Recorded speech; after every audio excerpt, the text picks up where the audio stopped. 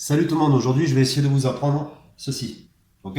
Donc ça s'appelle un spin et c'est quelque chose qui aurait été inventé par un magicien japonais dont on ne connaît pas le nom et qui aurait été publié donc pour la première fois dans un bouquin qui s'appelle Carte Finesse 2. Voilà, c'est les seules infos que j'ai.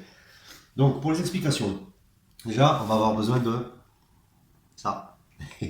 Oui, parce qu'en fait, ce qu'on va faire c'est que ici on a notre point de repère, le cercle, et le majeur va venir se positionner au même endroit mais dessous. Alors, ce qu'il faut déjà arriver à faire pour savoir si on est dans la bonne position, c'est ça, que la carte tienne juste sur le doigt comme ceci. Ok? Donc une fois qu'on sait qu'on est dans la bonne position, on vient placer son pouce au-dessus, au niveau du cercle. Ce qui fait qu'on est comme ça. Normalement, le move original se fait avec l'index. Le pivot comme ça se fait avec l'index. Bon, moi je le fais pas comme ça. Je sais pas pourquoi, j'ai toujours été plus à l'aise avec mon annulaire. Donc c'est comme ça que je vais vous l'apprendre. Donc l'annulaire va venir se positionner à côté du majeur. Et ce qui va se passer, c'est que, donc avec ces trois doigts, on va faire une action de pivot comme ça, un jeu de pivot. Ok? Et quand ce sera le bon moment, on va en quelque sorte prendre notre élan, comme ceci.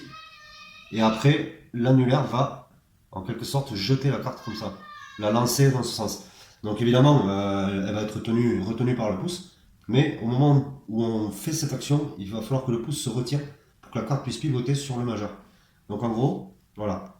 Donc si je vous montre un peu de dessous, ce que ça veut dire, ça fait ça en fait. Voilà, voilà, c'est pas, évidemment ça marche pas, parce que c'est pas la bonne position, mais c'est l'idée. Voilà. Donc comme ceci. Alors il faut s'entraîner quand même, c'est pas super évident. Même moi, j'y arrive pas toujours. Mais ce qui va vous aider, c'est d'avoir les doigts moites déjà. Alors si vraiment ils sont secs et trop glissants, vous pouvez toujours lécher un petit coup.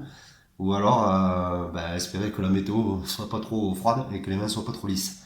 Sinon, vous pouvez éventuellement bomber un peu la carte comme ça pour que ça facilite l'action.